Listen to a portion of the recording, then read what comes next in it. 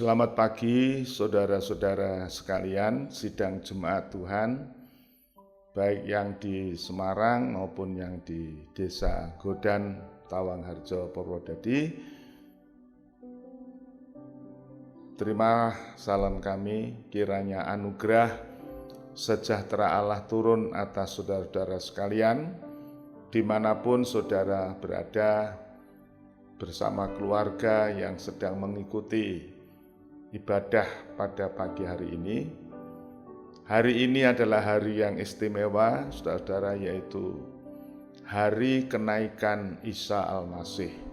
Seperti tercantum di dalam kalender kita, itulah hari kenaikan Tuhan Yesus ke surga.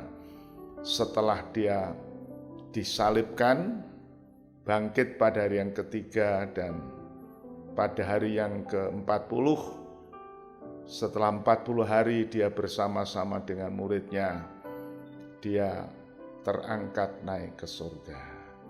Nah, saudara, hari ini merupakan hari yang bersejarah dan hari yang sangat penting untuk kita anak Tuhan ketahui, karena pada hari ini merupakan bahagian dari karya penyelapanan Tuhan dan hari keselamatan dan yang disempurnakan dengan kenaikan Tuhan ini.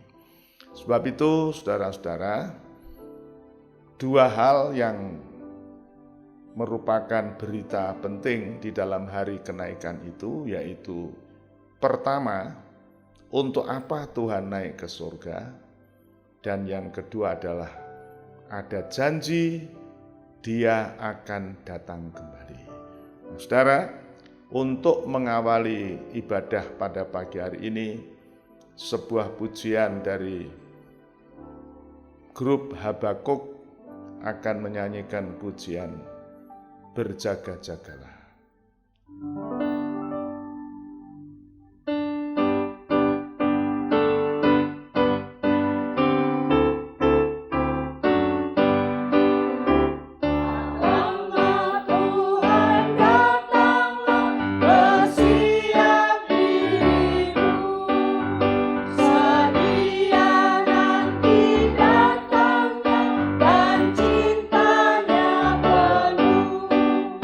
Kudus dan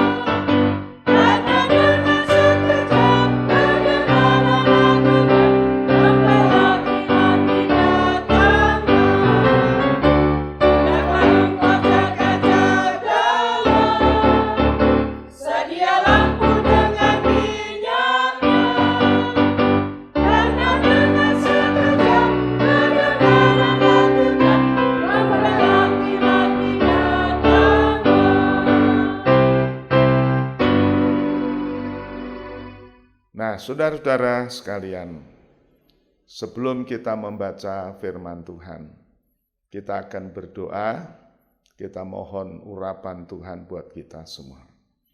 Ya Tuhan, Bapa kami yang di dalam sorga, mengucap syukur untuk hari ini, kami dapat membaca dan merenungkan firman-Mu, terutama untuk merenungkan hari kenaikan Tuhan ke surga yang terjadi 40 hari setelah Tuhan melayani dan mengerjakan korban pendamaian di atas salib Golgota.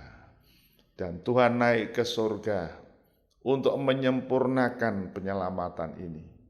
Tuhan sebagai Imam Besar Agung yang sampai pada hari ini tetap mendoakan dan berdoa bagi kami gereja Tuhan. Sebab itu hari ini bukan hari yang sangat momentum Tuhan.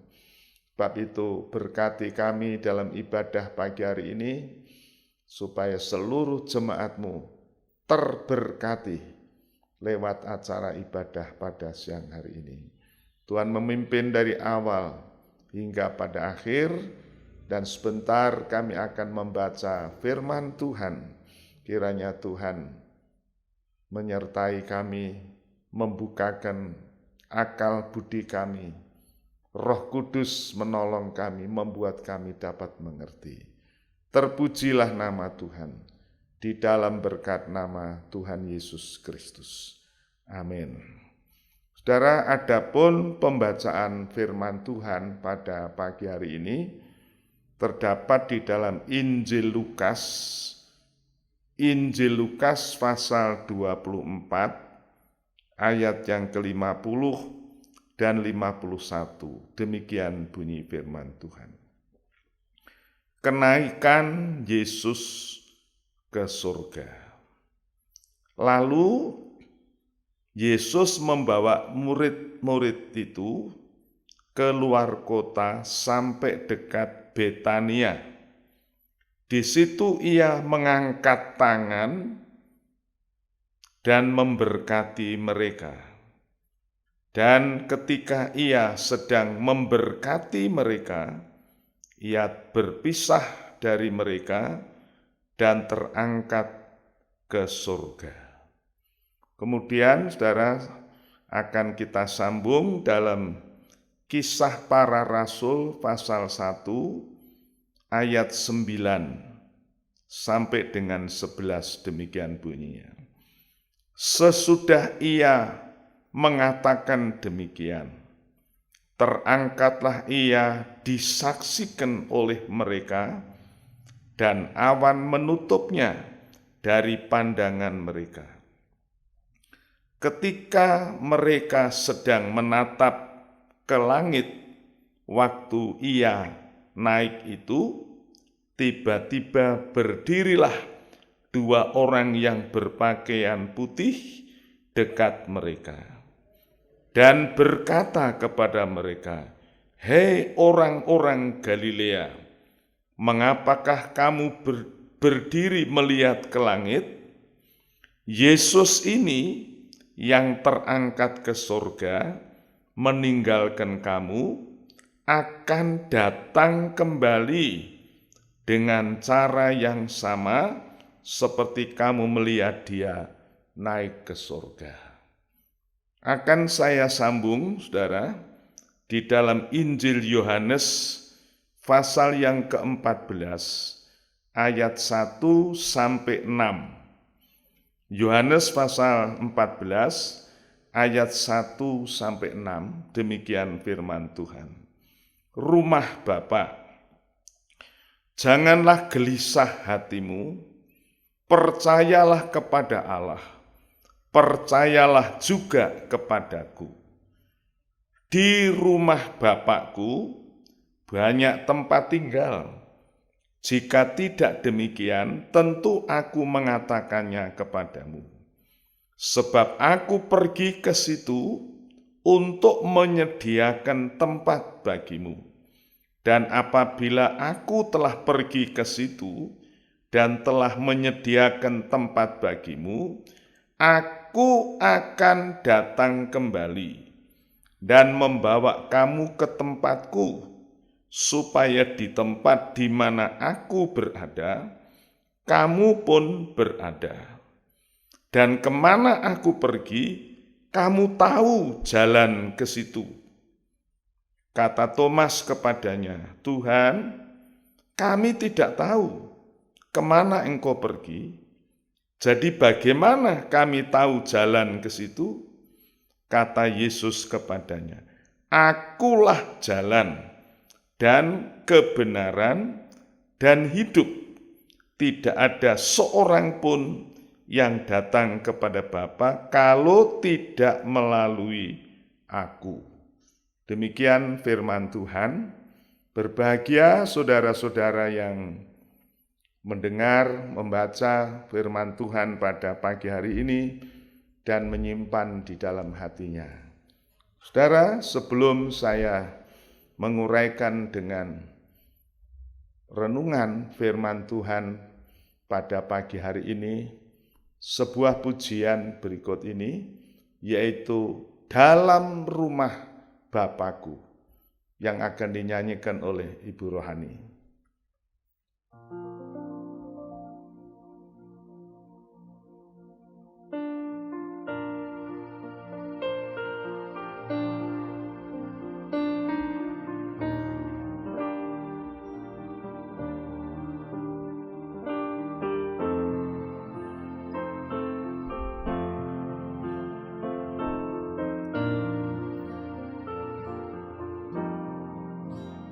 Dalam rumah Bapakku banyaklah tempat,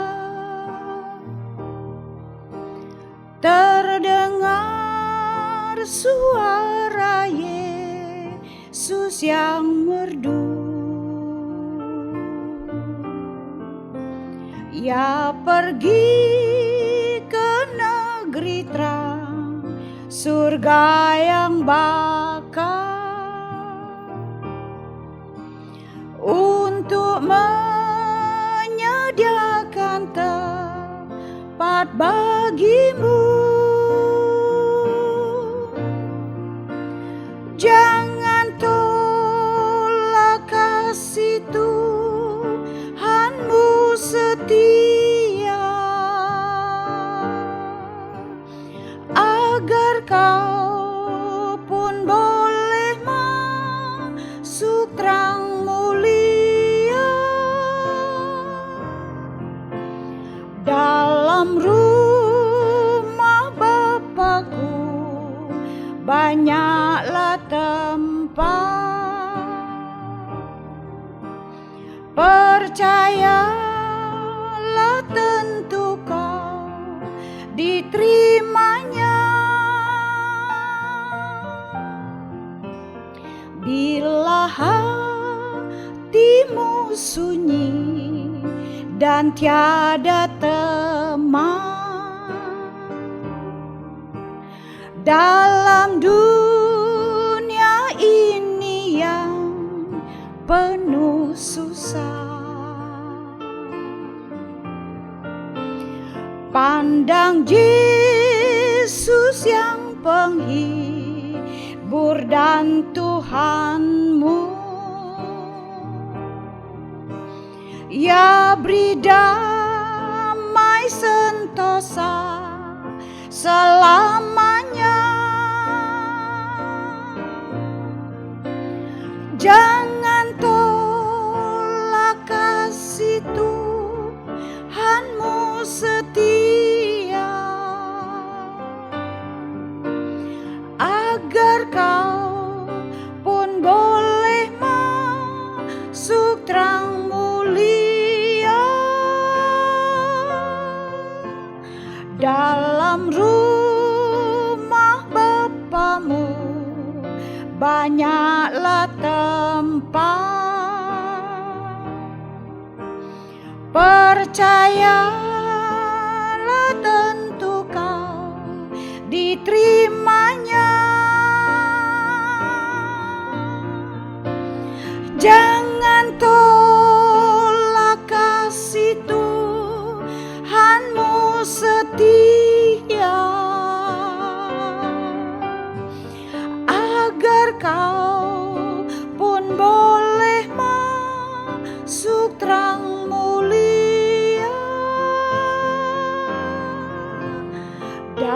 dalam rumah Bapamu banyaklah tempat.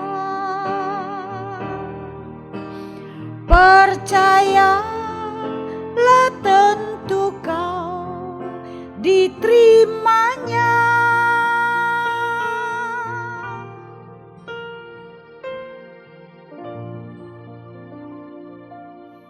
Saudara-saudara, puji Tuhan.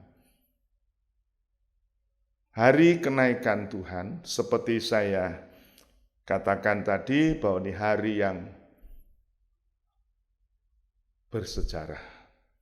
Hari yang merupakan fakta sejarah, saudaraku.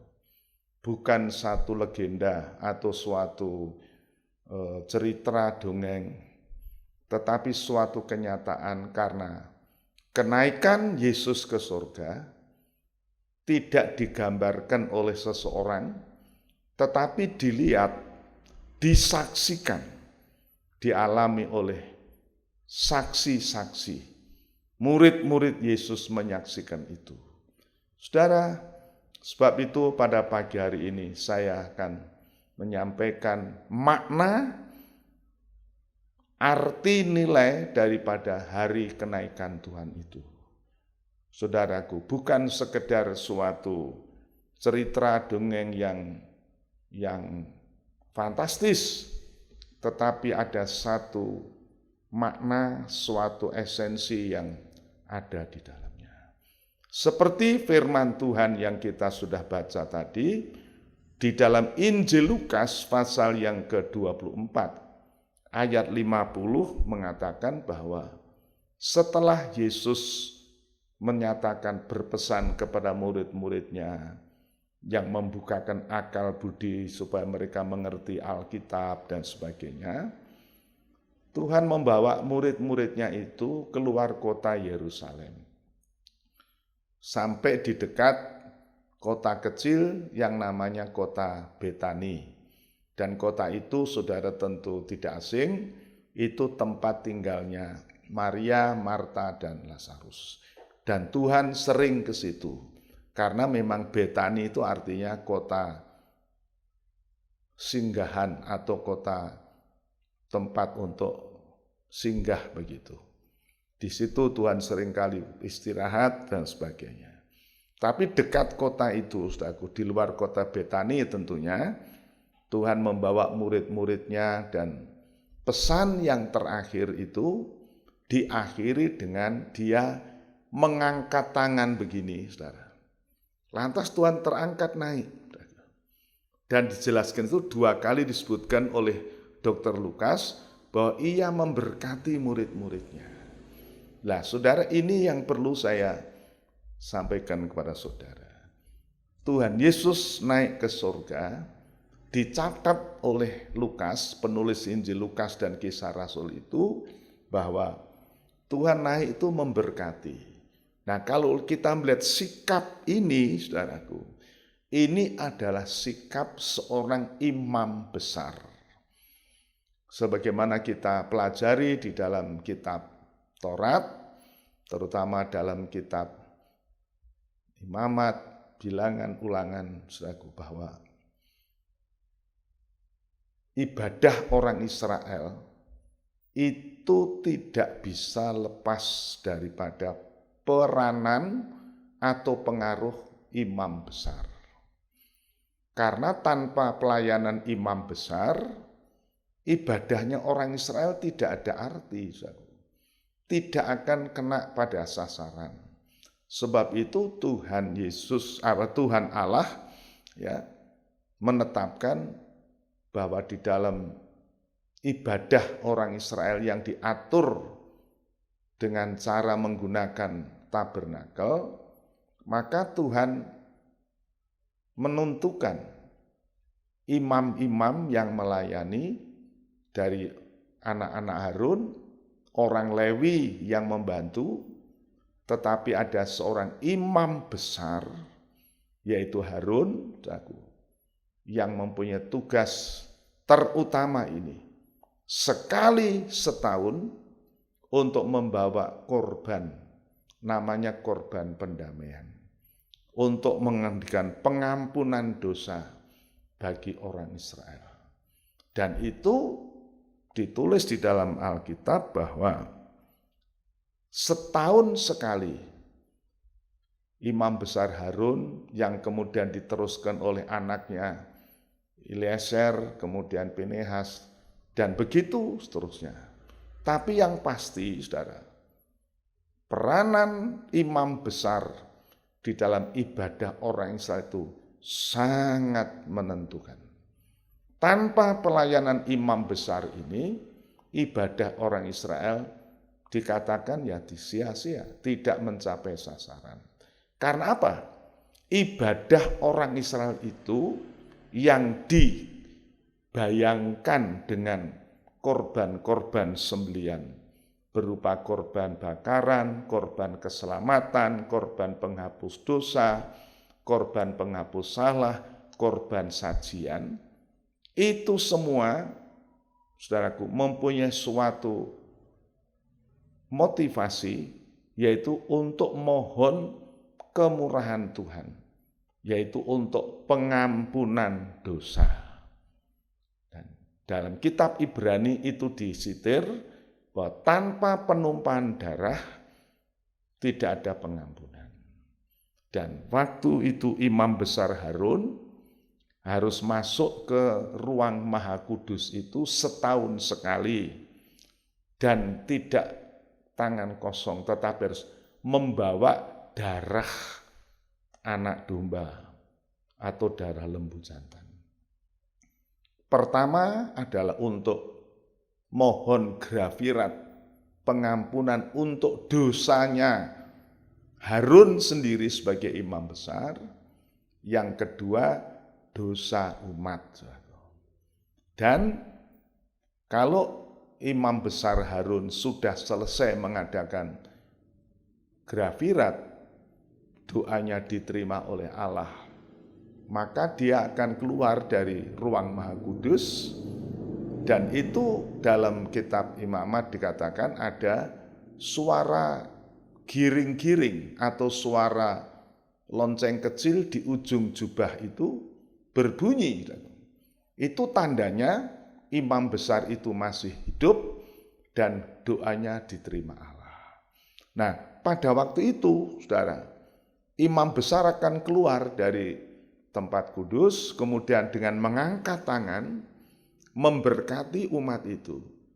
Dosamu sudah diampuni. Sudah terjadi suatu grafirat pendamaian untuk seluruh umat Allah. Nah, saudara, maka tadi saya katakan bahwa waktu Tuhan Yesus naik ke surga, dia mengangkat tangan dan memberkati mereka.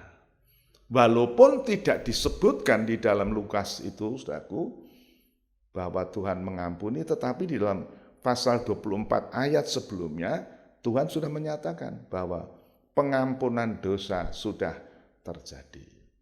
Dan waktu di kayu salib, di puncak daripada penyaliban itu, Tuhan Yesus berkata, "Ya Bapa, ampuni mereka, sebab mereka tidak tahu apa yang mereka perbuat." Dan pada akhirnya Tuhan berkata, "Sudah genap, sudah selesai." Artinya apa? Pengorbanan atau korban pendamaian yang dikerjakan oleh Yesus sudah selesai.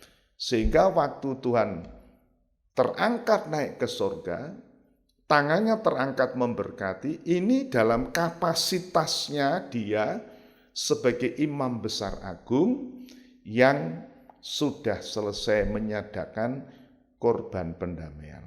Sekarang memberkati jemaatnya.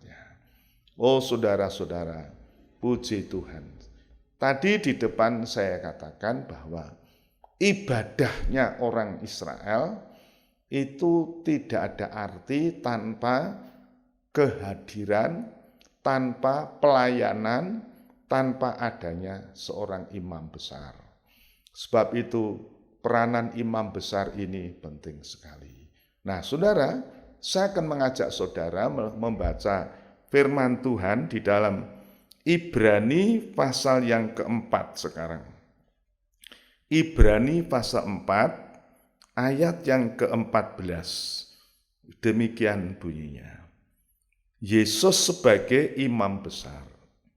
Karena kita sekarang mempunyai imam besar agung yang telah melintasi semua langit, yaitu Yesus anak Allah. Baiklah kita teguh berpegang pada pengakuan iman kita. Sebab imam besar yang kita punya bukanlah imam besar yang tidak dapat turut merasakan kelemahan-kelemahan kita. Sebaliknya, sama dengan kita, ia telah dicobai, hanya tidak berbuat dosa. Sebab itu, marilah kita dengan penuh keberanian menghampiri tahta kasih karunia, supaya kita menerima rahmat dan menemukan kasih karunia untuk mendapat pertolongan kita pada waktunya. Dari ini ditulis oleh penulis surat Ibrani yang kebanyakan teolog mengakui itu adalah tulisan Rasul Paulus. Rasul Paulus adalah seorang mantan orang Farisi, orang yang tahu persis tentang tata cara ibadah dari bangsanya orang Yahudi. Dan dia tahu persis peranan imam besar itu bagi ibadah orang Israel. Nah, dalam surat Ibrani itu memang temanya adalah memperkenalkan atau menampilkan Yesus sebagai imam besar. Bukan imam besar menurut silsilah Harun, tetapi dikatakan dalam pasal 7 yaitu menurut silsilah atau aturan Melkisedek. Nah, Melkisedek itu adalah seorang imam yang ditulis dalam kitab Kejadian pasal 14 itu yang tidak diketahui bapak ibunya dan tidak berkesudahan. Itu arti Melkisedek, dan dia raja dan imam dari kebenaran. Saudara-saudara, Tuhan Yesus diperkenalkan dalam surat Ibrani ini sebagai imam besar agung, yaitu imam besar yang tidak ada silsilah, artinya tidak bisa berganti karena ia tidak mati. Nah, tadi dalam pasal 4 ayat 14 ini dikatakan sekarang ini kita mempunyai imam besar agung. Siapa itu? Yaitu Yesus, anak Allah. Dikatakan telah melintasi semua langit. Saudara, kalimat ini tersirat pengertian bahwa Tuhan sudah melewati halaman ruang kudus, ruang maha kudus. Sebagaimana ditulis di dalam kitab Injil Matius pasal 27 bahwa waktu Yesus mati di kayu salib, waktu dia berseru, Eloi, Eloi, lama sabachthani. Tidak lama dia menyerahkan nyawa. Maka ditandai secara simbolis alamiah, simbolis ilahi, tabir bait Allah yang selama ini memisahkan ruang kudus dan ruang maha terbelah dari atas ke bawah. Untuk menunjukkan bahwa terbelahnya tabir itu bukan oleh kekuatan manusia, tapi dari atas ke bawah. Dan Ibrani pasal 10 menyebutkan bahwa tirai itu adalah tubuh Kristus yang dihancurkan di atas salib di Golgota. Dan waktu tabir itu terbelah, maka Ibrani 10 menyatakan Tuhan membuka jalan yang baru dan hidup bagi kita untuk dapat menghampiri tahta kasih karunia. Sehingga saudara, kita dapat menghubungkan antara Lukas 24 ayat 50 dan 51 itu dengan Ibrani 4 juga Ibrani 8 dan 10, bahwa Yesus adalah imam besar. Imam besar yang telah menyelesaikan, mengorbankan dirinya sebagai korban pendamaian, dan itu sudah diterima oleh Allah. Maka waktu dia naik ke surga, Tuhan mengangkat tangan dan memberkati untuk menyatakan bahwa pengampunan dosa sudah selesai. Pengampunan dosa sudah berlaku bagi setiap orang yang percaya kepada Tuhan Yesus. Oh, luar biasa. Sebab itu, saudara, ini makna pertama, makna dari hari kenaikan Tuhan. Betapa kita patut bersyukur kepada Tuhan. Karena dengan kenaikan Yesus ke surga, kita mempunyai seorang imam besar agung. Dan saya katakan, peranan imam besar agung itu tidak bisa kita pisahkan dari keselamatan.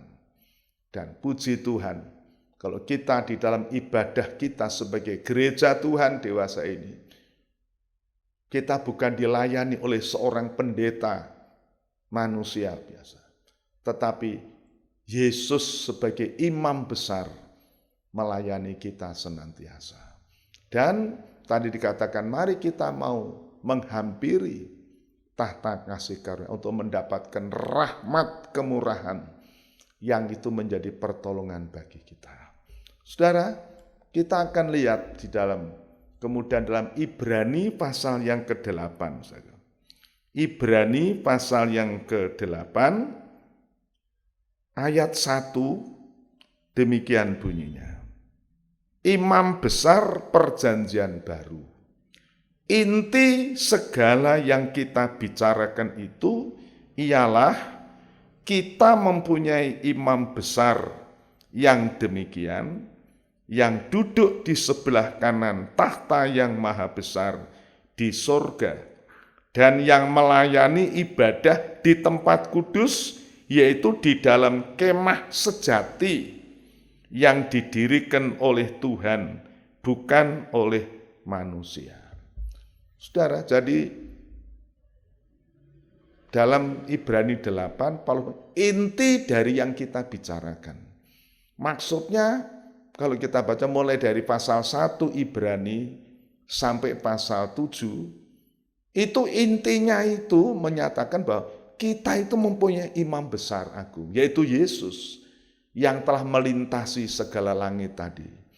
Sehingga, saudara, kalau tabernakel itu merupakan satu prototipe atau blueprint dari kerajaan surga, maka waktu Yesus naik ke surga, melewati atmosfer, kemudian luar angkasa dan sebagainya, Paulus mengatakan dia sudah melintasi segala langit.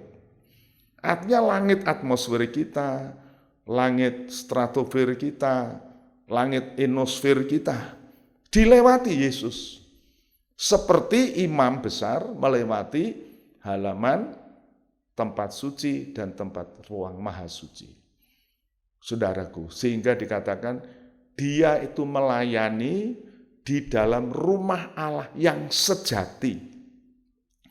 Rumah Allah di dunia ini, tabernakel yang di padang gurun yang dibangun oleh Nabi Musa dan juga gereja, ini bukan sejati, saudaraku. Ini hanya bayangan saja. Ya, dalam kitab Taurat itu, Pak Ibrani 10 mengatakan, semua ibadah itu hanya bayangan tentang keselamatan yang akan datang. Wujudnya itu Kristus.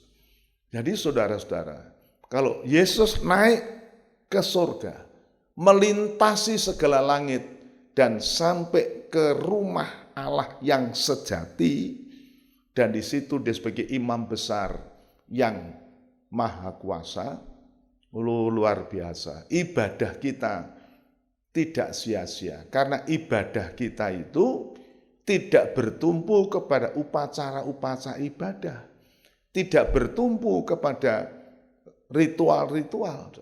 Kita hanya bersandar kepada pelayanan imam besar agung kita, yaitu Tuhan Yesus Kristus. Oh puji Tuhan, saudaraku. Ya, surat Ibrani itu menulis kepada kita bahwa inti dari semua yang diuraikan dalam kitab Ibrani, pasal 1 sampai pasal 10 itu, kita mempunyai seorang imam besar.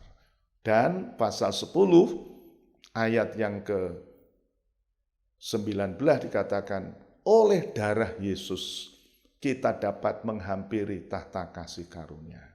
Oh puji Tuhan, saudaraku. Untuk menguraikan Yesus sebagai imam besar, itu tidak cukup hanya waktu beberapa menit ini. Tetapi kalau sudah membaca kitab Ibrani, di situ secara detail Paulus memberikan dalil-dalil siapa Yesus sebagai imam besar. Dan dia yang menanggung segala kelemahan kita.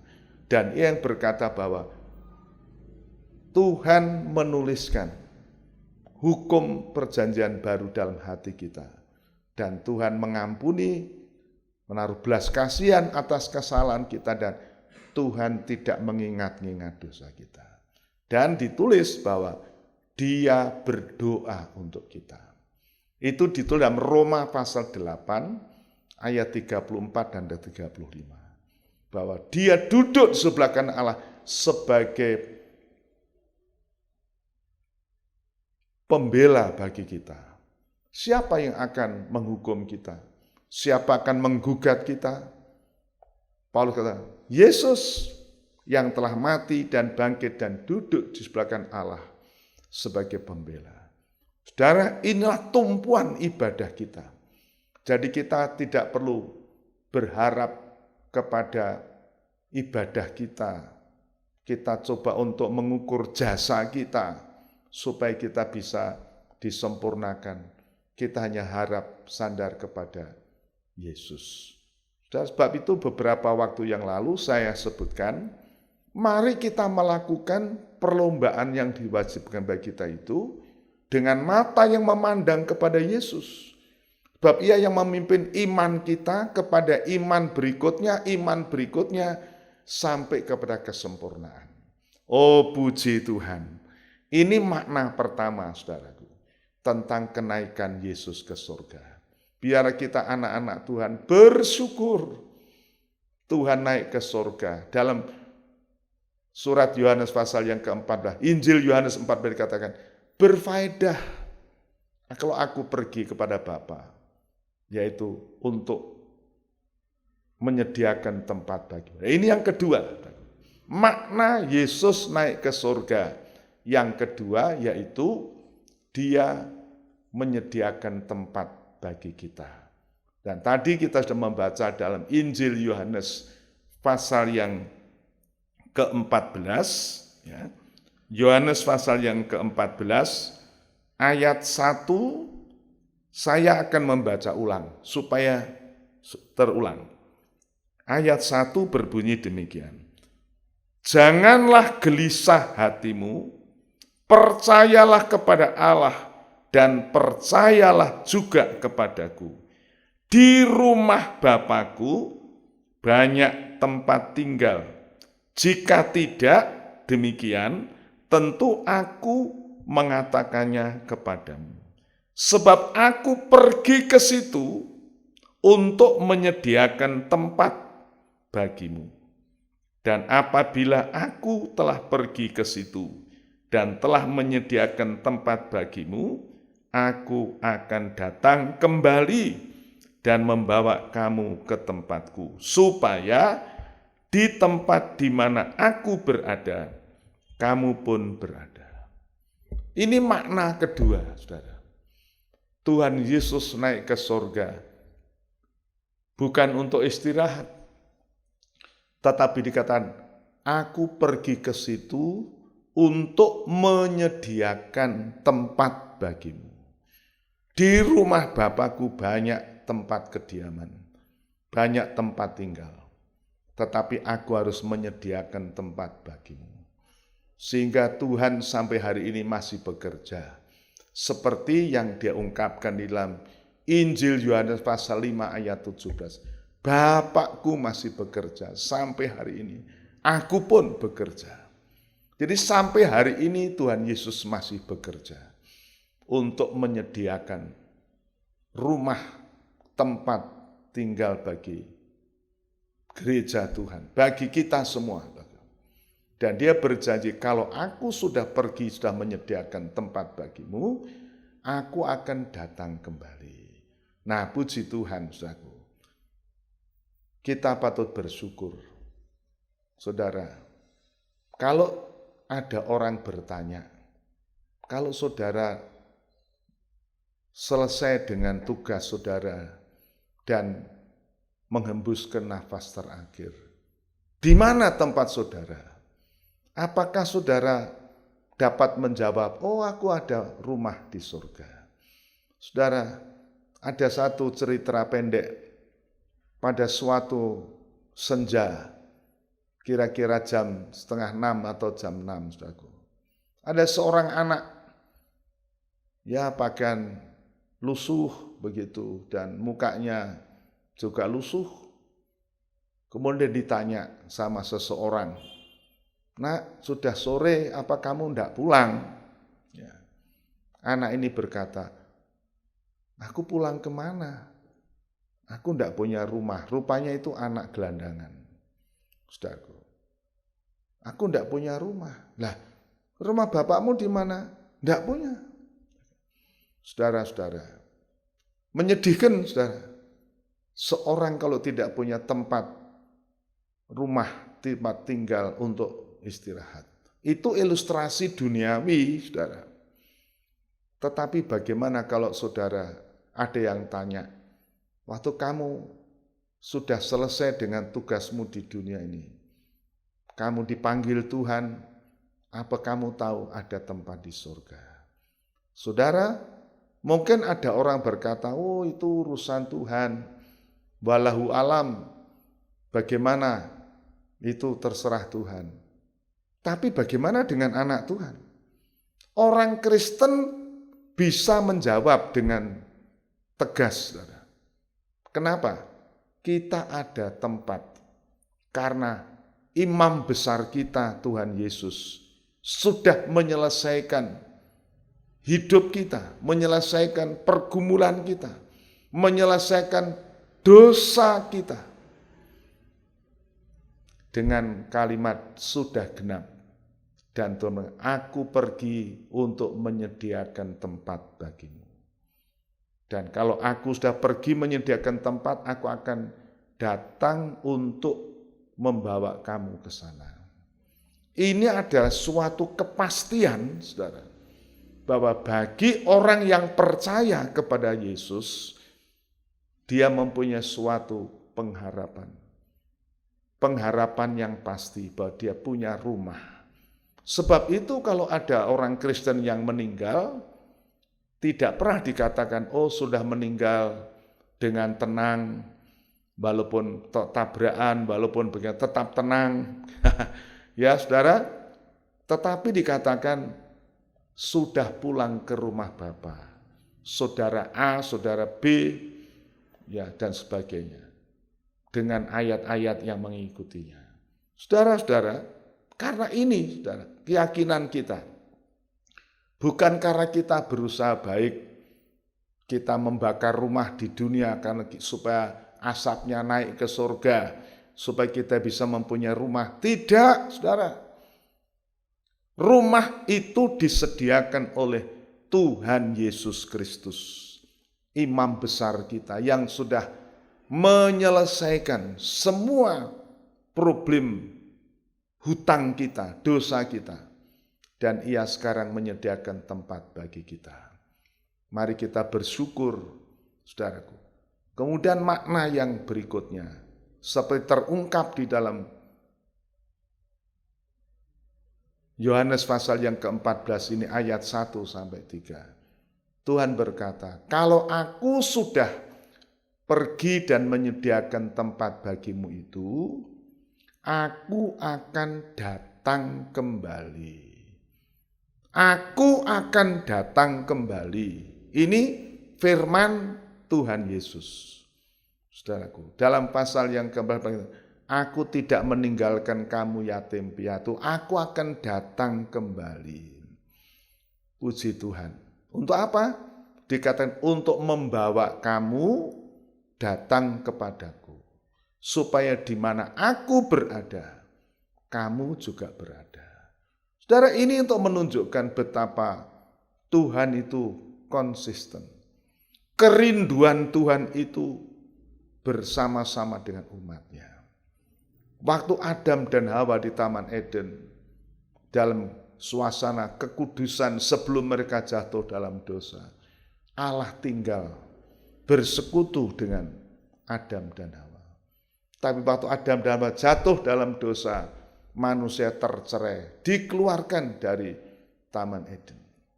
Tetapi waktu Allah membawa umat Israel keluar dari Mesir, Tuhan menyatakan lagi kerinduannya untuk tinggal bersama dengan umatnya. Maka dikatakan pada Musa, buatlah tabernakel, kemah sembahyang. Saudaraku, di mana Tuhan punya kerinduan? Aku ingin tinggal bersama-sama dengan umat. Saudara-saudara, kerinduan ini ternyata kurang direspon oleh umat Israel. Di padang gurun itu orang Israel, wah banyak bersungut-sungut, mengomel. Sampai waktu mereka masuk negeri perjanjian, tabiat ini masih berlaku. Sehingga akhirnya Tuhan membuang Israel. Tuhan meninggalkan, saudaraku, rumah Allah, bait Allah yang dibangun Salomo yang begitu megah, ditinggalkan. Dibiarkan hancur oleh Nebukadnezar. Tetapi saudara, lebih 2000 tahun yang lalu, Tuhan menyatakan kerinduannya lagi. Di dalam Yesus Kristus. Dalam Yohanes pasal 1 dikatakan, pada mula pertama ada firman. Firman itu Allah. Dan firman itulah yang menjadikan sesuatu. Dan ayat 14 mengatakan, firman itu telah menjadi manusia dan tinggal dalam kita. Dan bahasa aslinya itu berskenos, bertabernakel di tengah kita. Sehingga Allah di dalam Yesus Kristus, dia ingin tinggal di tengah-tengah umatnya. Saudara-saudara, dan kerinduan ini tidak luntur. Setelah Yesus disalibkan dan dia naik ke surga, dia berkata, aku menyediakan tempat bagimu supaya di mana aku ada, di situ kamu ada. Jadi ini kerinduan Allah. Sejak azali, sejak semula Tuhan ingin. Saudaraku, sebab itu, maka kita patut bersyukur. Dia naik ke surga untuk menyediakan tempat bagiku. Sehingga saudara-saudara, kita anak-anak Tuhan pasti mempunyai suatu kepastian bahwa kalau kita sudah selesai tugas kita pulang ke rumah Bapa. Bab itu, mari kita dengan setia beribadah. Kita bekerja. Paulus katakan, biarlah rohmu menyala-nyala dan layani Tuhan, karena nanti ada waktunya kita akan menikmati berhenti di rumah Bapa. Tetapi yang perlu kita ingat, saudaraku, Tuhan berkata tadi, kalau aku sudah pergi menyediakan tempat bagi, aku akan datang kembali. Dan janji ini, saudara, yang kemudian diulangi oleh dua orang malaikat, dua orang yang berpakaian putih, dibicara kepada murid-murid Yesus yang waktu itu memandang ke atas, menyaksikan Yesus terangkat sambil memberkati mereka. Kemudian malaikat itu berkata, saya akan membacakan ulang, saudaraku. Ketika mereka, itu murid-murid, sedang menatap ke langit waktu Yesus naik itu, tiba-tiba berdirilah 2 orang yang berpakaian putih dekat mereka dan berkata kepada mereka, "Hei orang-orang Galilea, mengapakah kamu berdiri melihat ke langit? Yesus ini, Yesus yang disalibkan 40 hari yang lalu, ya, Yesus yang menanggung sengsara bagi kita, Yesus ini yang terangkat ke surga meninggalkan kamu, akan datang kembali dengan cara yang sama seperti kamu melihat dia naik ke surga." Saudara, ini berita, yaitu berita utama pada hari kenaikan Tuhan ini, yaitu dia yang telah naik ke surga di hadapan kamu akan datang kembali. Saudara, ada 2 kesaksian di sini. Injil Yohanes pasal yang ke-14 ayat 3, Tuhan berkata, "Kalau aku sudah pergi menyediakan tempat, aku akan datang kembali." Kemudian diteguhkan atau dikonfirmasi oleh 2 orang saksi, ya, dalam kitab Taurat mengatakan yang benar itu 2 atau 3 saksi.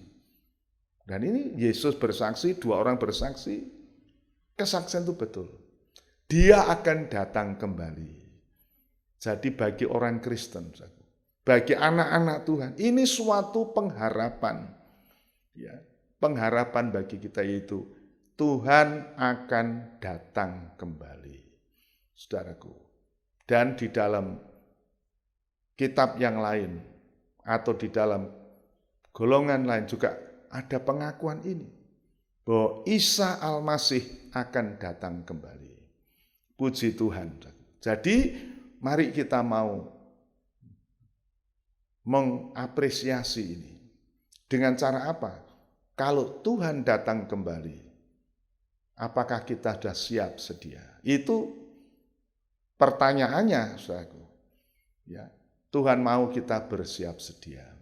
Karena apa? Tuhan datang itu, saudara,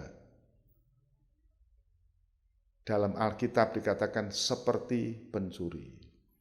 Dalam surat Tesalonika pasal 5 dikatakan, Tuhan datang itu seperti pencuri. Dan kepada kamu jemaat Tesalonika, tidak perlu saya uraikan lebih, sudah diajarkan bahwa Tuhan datang seperti pencuri pada malam. Tidak seorang pun yang tahu, tidak seorang pun yang mengerti. Tuhan Yesus sendiri berkata dalam Injil Matius pasal yang ke-24 ayat 34, waktunya tidak ada seorang pun yang tahu. Ya. Malaikat-malaikat tidak tahu, bahkan anak itu tidak tahu. Siapapun, hanya Bapa sendiri. Nah, apa yang harus kita lakukan? Tuhan berkata, karena kamu tidak tahu waktu dan saatnya Tuhan, dan kamu harus siap sedia. Siap sedia dan menunggu kedatangan Tuhan. Oh, saudara, di dalam Injil Matius, Lukas, banyak diungkapkan. Banyak pelajaran yang disampaikan. Bahwa untuk menantikan kedatangan Tuhan itu membutuhkan suatu sikap yang benar. Dalam Matius 25 dikatakan sikap sebagai anak darah yang mempunyai pelita, lampu, dan ada minyak. Saudaraku. Sementara yang 5 yang bodoh, ada pelita, lampu, tetapi tidak ada minyak. Sehingga waktu tengah malam, ada seruan, mempelai datang, song-songlah dia. Ini yang 5 bodoh ini bingung. Dia minta kepada temannya, dia, oh enggak bisa. Enggak cukup untuk kami dan kamu. Pergi beli. Mereka pergi beli. Berarti mereka punya uang waktu itu, saudara. Tetapi sementara mereka beli, apa dapat, apa tidak dapat, tidak diterangkan di dalam Injil Matius 25. Tetapi sementara mereka pergi, mempelai datang. Dan 5 anak darah yang Bersedia itu masuk karena siap sedia dan ada minyak. Masuk dalam perjamuan. Itulah kedatangan Tuhan. Dan banyak, saudaraku. Ya, banyak. Pasal 25 Injil Matius itu ayat berikutnya mengatakan Tuhan memberikan talenta. 5 kepada seorang, 2 kepada seorang, dan 1 kepada seorang. Saudara. Dan yang terima 5 ini segera menjalankan dapat laba 5. Yang 2 juga dapat. Dan Alkitab menulis, lama setelah itu datang dan meminta pertanggungjawaban dari mereka. 5 yang dapat laba, oh Tuhan, kami dapat 5 talenta. Ini dapat laba. Maka Tuhan, hei hamba yang baik dan setia. Engkau setia dengan perkara kecil, aku akan memberi kepada tanggung jawab perkara yang besar. Yang dapat 2 begitu. Tuhan, ini talenta yang 2 jadi 4 sekarang. Wah, hamba yang baik dan setia. Masuklah dalam kebahagiaan Tuhan. Tapi yang terima 1 ini, saudaraku, dia kecil hati karena terima cuma 1. Dikatakan dia takut dan dia menuduh tuannya curang dan sebagainya, maka dia sembunyikan di dalam tanah. Waktu tuannya datang dia tunjukkan, ini loh, tetap 1, til 1. Tuhan mengatakan, kamu hamba yang jahat dan malas. Ya, diambil daripadanya, diberikan kepada yang punya. Saudara, ini perumpamaan tentang menjelang kedatangan Tuhan. Jadi, kalau anak darah itu bicara tentang minyak, itu Roh Kudus. Gereja Tuhan harus penuh Roh Kudus, bukan hanya tahu mempelai akan datang, bukannya menyiap dengan pakaian putih saja, tetapi pelita harus ada minyak. Apakah 5 anak darah bodoh tidak tahu mempelai datang? Tahu, dan dia menyiapkan diri, tetapi dalam praktek tidak ada minyak.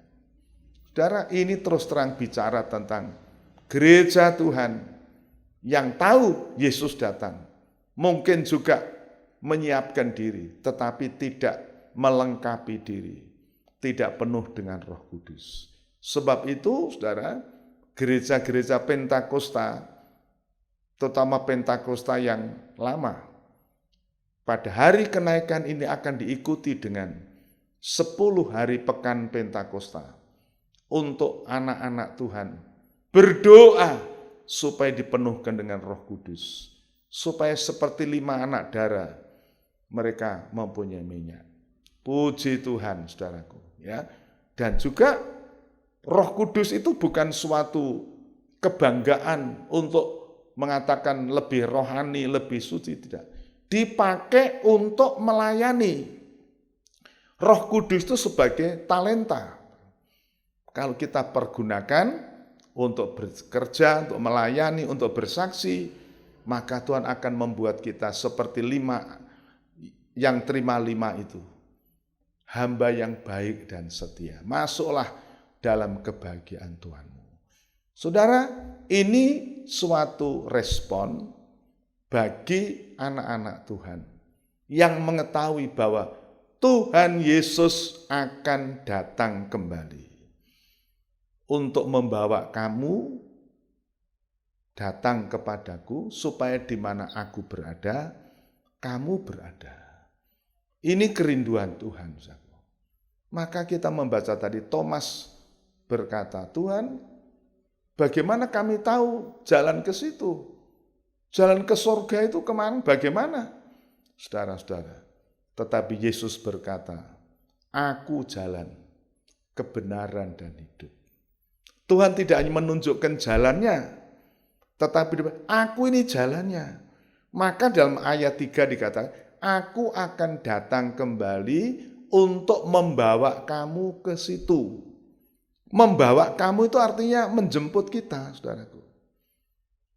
Saya gambarkan, saudara. kalau saudara mendapatkan hadiah rumah, mungkin rumah yang dibangun oleh Pak Jokowi itu dihadiahkan saudara. Di mana? Oh, di kota ini, jalan ini. Saudara orang Kalimantan misalnya. Bagaimana saudara mau tahu di situ? Mungkin alamatnya diberitahu, tetapi bagaimana cara ke situ? Kendaraan apa yang dipakai? Tetapi kalau ada yang menjemput saudara di pelabuhan, di bandara, oh ini kami jemput saudara, mengantar.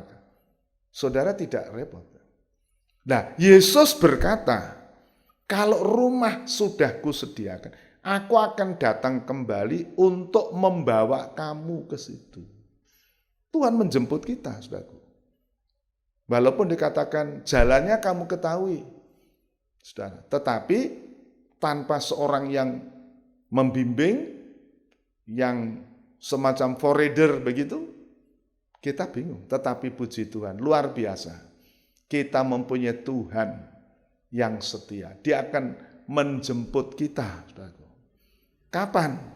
Nah, dalam surat Tesalonika pasal 4 ayat 16 mengatakan, firman Tuhan berkata, Tuhan sendiri akan turun dari surga. Pada waktu itu orang-orang yang mati di dalam Tuhan akan bangkit, dan orang-orang yang masih hidup akan diubahkan. Dan akan menyongsong Tuhan di angkasa, saudara. Oh, ini kesempatan. Dikatakan, kapan? Waktu bunyi sangkakala. Sangkakala terakhir. Saudara, inilah saat yang harus kita rindukan, saat yang akan kita tunggu-tunggu. Yesus akan datang kembali. Puji Tuhan, saudara. Inilah beberapa hal, makna dari Tuhan Yesus naik ke surga. Kiranya kita bisa merayakan hari kenaikan Tuhan ini, bukan sekedar mengenang peristiwa, tapi mari kita menghayati, saudaraku. Ibadah kita ini ibadah yang dalam pelayanan Tuhan sebagai imam besar agung. Sampai hari ini dia berdoa buat kita. Dia tahu kelemahan kita. Dia tahu kegagalan kita. Tetapi Ibrani 4 tadi dikatakan ayat yang ke-14. Dia imam besar yang tahu kelemahan-kelemahan kita. Bahkan dia sudah terkena coba bagi kita. Dia sanggup menolong kita. Puji Tuhan. Dan dia naik ke surga untuk menyediakan tempat bagi kita. Waktu kita dipanggil Tuhan, kita meninggal dunia, kita tidak kesasar, kita tidak akan membelayang kemana-mana, mengembara. Kita ada tahu pasti ada tempat di dalam surga. Tuhan tahu waktu semua sudah sedia, dia akan datang menjemput kita. Dan dia akan datang kembali. Kapan ia datang kembali? Tidak ada seorang yang tahu. Tetapi Tuhan berkata, kamu harus siap sedia. Kedatangan Tuhan itu seperti pencuri. Saudaraku, saya perlu jelaskan sedikit. Kedatangan Tuhan yang kedua, ada 2 tahap. 2 sesi, saudaraku. Sesi pertama itu datang di udara. Dia tidak menginjak bumi. Tetapi orang-orang yang mati akan bangkit naik ke surga. Dan kita yang masih hidup akan diubahkan. Itu dijelaskan dalam surat Korintus 15 dan juga 1 Tesalonika pasal 4. Kita diubahkan, saudaraku. Kita akan bertemu Tuhan. Dan waktu gereja diangkat, saya pernah menyampaikan, yang menahan manusia inilah gereja yang disingkirkan. Dan saat itu si durhaka akan memerintah, itu yang dikenal dengan masa kepicikan, masa sengsara antikris. Tetapi saudara, waktu antikris puncaknya, Tuhan akan datang sebagai raja di atas segala raja. Dia akan menginjak bumi dan semua akan, waktu itu Tuhan akan membasmi. Saudaraku, iblis akan dirantai 1000 tahun dan Tuhan akan mendirikan kerajaannya 1000 tahun damai. Oh saudaraku, kita menghadapi masa depan yang gilang gemilang. Bab itu jangan frustrasi, jangan kecewa. Arahkan mata saudara ke belakang langit biru. Tuhan akan datang. Puji Tuhan, saudara. Saya akan menyanyikan pujian, kerinduan hati ini tentang kedatangan Tuhan. Haleluya, haleluya. Yesus mau datang kembali. Haleluya, haleluya. Yesus mau datang kembali.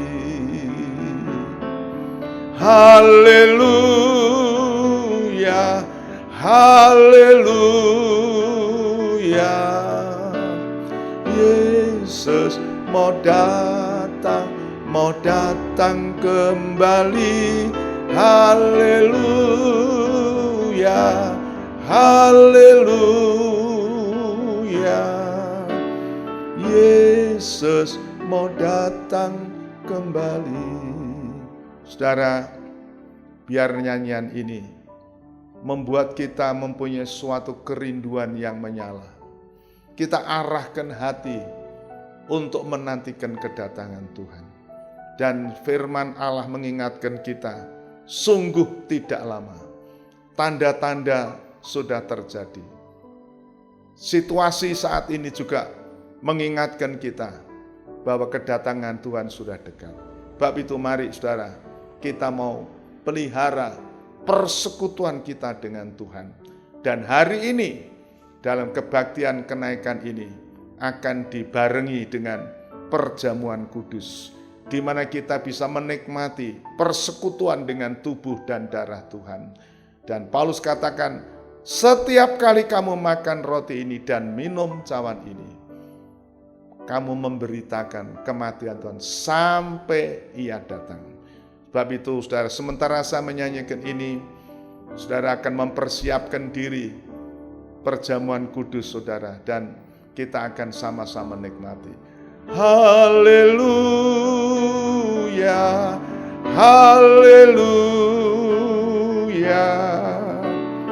Yesus mau datang kembali. Haleluya, haleluya. Yesus mau datang kembali. Kita berdoa. Ya Tuhan, Bapa di dalam surga, Imam besar agung yang setiawan, pada hari ini kami mengucap syukur. Pada hari kami memperingati, merayakan hari kenaikan Tuhan. Kami boleh menikmati persekutuan dengan Engkau, dengan tubuh dan darah-Mu. Kiranya ini akan memberikan kami kekuatan, supaya kami lebih tekun dalam mengiring Tuhan, lebih sungguh-sungguh melayani Tuhan, supaya waktu Engkau datang kembali, Engkau mendapati kami, didapati sedang berada di dalam pelayanan. Tuhan berkati perjamuan kudus ini, tubuh dan darah-Mu menjadi makanan kami yang sungguh-sungguh dan minuman kami yang sungguh. Kami terima dalam nama Tuhan Yesus Kristus. Amin. Mari saudara, kita bangkit berdiri, kita angkat tubuh Kristus, dan demikianlah firman Tuhan. Bukankah roti yang kita pecah-pecahkan adalah persekutuan dengan tubuh Kristus? Haleluya. Sebab apa yang telah kuteruskan kepadamu, telah aku terima dari Tuhan, yaitu bahwa Tuhan Yesus pada malam waktu Ia diserahkan, Dia mengambil roti, mengucap syukur atasnya, dan dipecah-pecahkannya dan berkata, inilah tubuhku yang diserahkan bagi kamu, perbuatlah ini menjadi peringatan akan daku. Mari kita makan bersama dalam nama Tuhan Yesus.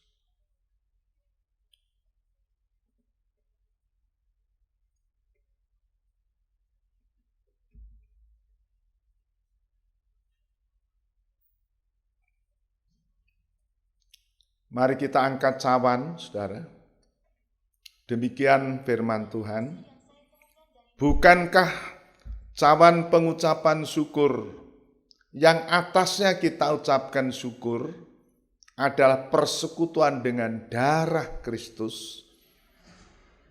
Demikian juga ia mengambil cawan sesudah makan lalu berkata, cawan ini adalah perjanjian baru yang dimeteraikan oleh darahku.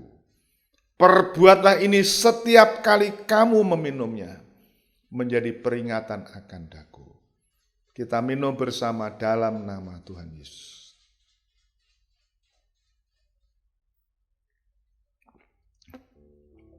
Haleluya. Haleluya, haleluya. Haleluya, haleluya, haleluya. Kami mengucap syukur Tuhan, terima kasih untuk korban-Mu.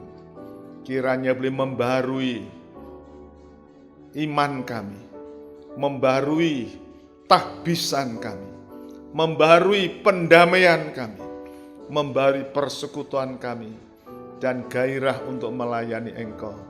Menunggu Tuhan sampai Engkau datang pada kali yang kedua. Terima kasih. Berkati seluruh jemaat-Mu, berikan kekuatan iman mereka. Yang sakit Tuhan Engkau sembuhkan, yang lemah Engkau kuatkan. Bahkan berkat-Mu dicurahkan atas mereka. Di dalam nama Tuhan Yesus Kristus. Amin. Saudara-saudara, demikian ibadah kita pada pagi hari ini. Kita bersyukur untuk semua. Kemudian saudara-saudara, saya umumkan bahwa mulai besok, jadi selama kurang lebih 9 atau 10 hari sampai tanggal 31 Mei, kita mengadakan persekutuan doa dan puasa. Saya mengharapkan saudara bisa mengikuti seberapa bisa saudara. Memang tidak ada ketentuan harus 24 jam atau 12 jam. Tetapi yang penting hati saudara ikut ambil bagian dalam persekutuan ini. Kita mengadakan ibadah doa puasa untuk mohon kemurahan Tuhan, terutama saudara-saudara yang merasa belum dipenuhkan dengan Roh Kudus. Berusaha saudara merendahkan diri, mohon kemurahan Tuhan. Sebab tanpa Roh Kudus, saudara akan menjadi seperti anak dara yang ketinggalan. Haleluya. Jadi selama ini mulai besok pagi sampai minggu, 2 minggu lagi yaitu hari tanggal 31 Mei, kita tiap sore ada persekutuan doa. Tentu di rumah masing-masing saya akan menyampaikan bimbingan dengan renungan firman Tuhan. Saudara-saudara, kemudian pada minggu tanggal 24 itu ada kebaktian seperti biasa, pagi jam 9 ya. Kemudian tanggal 31 Mei itu kebaktian Pentakosta, dan itu akan disertai dengan perjamuan kudus juga. Ya, puji Tuhan, jadi saudara siap, dan marilah kita akan berdoa supaya pandemik COVID-19 ini ya melatih kita untuk kita bisa hidup menyesuaikan diri. Saya membaca beberapa penjelasan bahwa COVID-19 ini mungkin masih berkepanjangan. Tetapi yang diperlukan saudara-saudara itu menyesuaikan diri. menyesuaikan diri. Hidup bersih, menjaga jarak, dan menjaga keramaian-keramaian, dan sebagainya. Itu protokoler kesehatan kita taati. Saudara-saudara, tetapi kita juga berdoa, semoga Tuhan buka jalan, gereja, jemaat kita dapat berimpun kembali berbakti. Tuhan memberkati saudara-saudara sekalian, dan Tuhan memberkati persembahan saudara-saudara seperti yang sudah saya selalu sampaikan. Biarlah kita persembahkan sesuai dengan kemampuan kita atau berkat yang Tuhan berikan. Kita akan mengakhiri saudara ibadah ini. Kita akan berdiri bersama-sama. Kita nyanyikan sekali lagi, haleluya, Yesus akan datang. Haleluya, haleluya, Yesus mau datang kembali. Haleluya, haleluya, Yesus mau datang kembali. Ya Tuhan, kami mengucap syukur untuk hari ini, ibadah yang telah usai, dan segala puji, hormat, kemuliaan kami persembahkan kepadamu. Kami berdoa untuk hari-hari berikut, jemaatmu akan mengadakan kegiatan Pekan Pentakosta untuk merendahkan diri dan mohon kemurahan. Kiranya Engkau akan memberkati. Dan sebelum kami mengakhiri ibadah ini, kami berdoa untuk bangsa negara kami, untuk Indonesia Tuhan. Mohon belas kasihan untuk bangsa ini. Bapa, terima kasih. Kami belum tahu persis sampai kapan ini virus corona, tetapi Tuhan, kiranya dengan protokoler kesehatan yang diberikan pemerintah dapat melatih kami untuk bisa menahan diri, untuk dapat hidup bersih, sehat di dalam pola hidup Tuhan. Sebab itu kami mohon Tuhan berkati, supaya kami dapat adaptasi, menyesuaikan dengan situasi ini Tuhan. Sehingga kami boleh menikmati di masa-masa yang sukar ini, pemeliharaan Tuhan yang nyata bagi kami. Tuhan, terima kasih. Segala puji, hormat, kemuliaan bagi Tuhan. Dan kami menyerahkan jemaat-Mu, baik yang di Semarang, di desa Godan, dan dimanapun jemaat-Mu berada. Kiranya Tuhan menyertai, melindungi mereka, memberkati hidup mereka. Tuhan, melindungi dari segala yang tidak berkenan. Kiranya anugerah, damai sejahtera, kasih sayang Tuhan Yesus Kristus turun dan menyertai saudara sampai Maranatha Tuhan datang di awan yang permai. Di dalam nama Tuhan Yesus Kristus. Haleluya. Amin. Selamat siang, Tuhan memberkati.